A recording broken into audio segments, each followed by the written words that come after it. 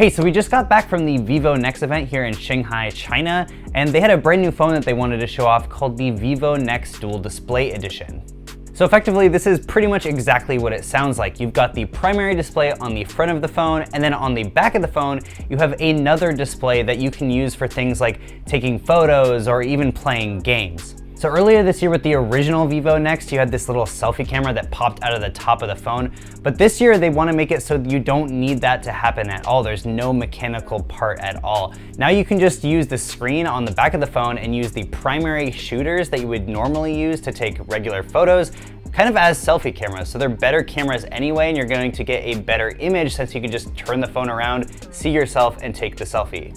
So there's definitely a few other uses for this screen on the back of the phone, but obviously the main one is going to be the camera. When you're taking a photo of someone, they can actually see the photo before you take it, so you can align the photo and they can also see it, which makes it a lot easier to pose themselves if you're like trying to take photos for Instagram. So another use case that they showed off with this extra screen is gaming. So usually when you're playing like a first-person shooter game, it's kind of weird to just use two thumbs to be able to shoot and move around. But since you have another screen on the back of the phone, you can actually use that screen as kind of a trigger. So you can use the extra fingers you have to tap on the back of the display and use it to shoot and do a lot of other actions in the game.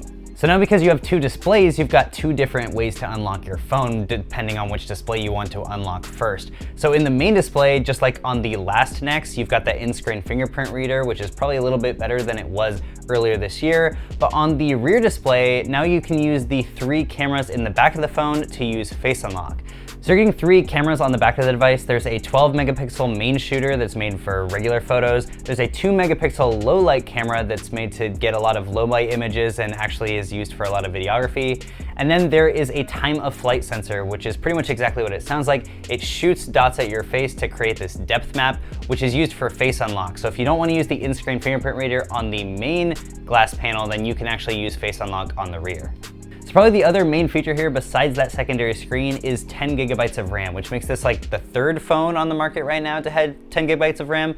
But Vivo says that they are actually able to take better advantage of this RAM than a lot of other people through some special software algorithm that they're using that lets apps take more advantage of the RAM and just not close as often. So besides that, you're still getting the Snapdragon 845 just like you did with the original NEX, and you're just getting one storage variant. It's 128 gigabytes. There's no expandable storage here. It's going to cost 4,998 RMB, which is about $730. And if you want to get it now, you can pre-order it right now, or you can go buy it on December 29th in mainland China. They haven't announced availability or pricing yet for Europe and the US, but that will be coming later. So that's pretty much it for the NEX Dual Display Edition. It's not that different, you're just getting that secondary display on the back, which is pretty cool, honestly. I think there's a lot of features that can be enabled by this. And we'll definitely be having a review coming in the near future as soon as we can get our hands on an international unit. So stay tuned for that, and make sure you stay tuned to the website, androidauthority.com, because of course, we are your source for all things Android.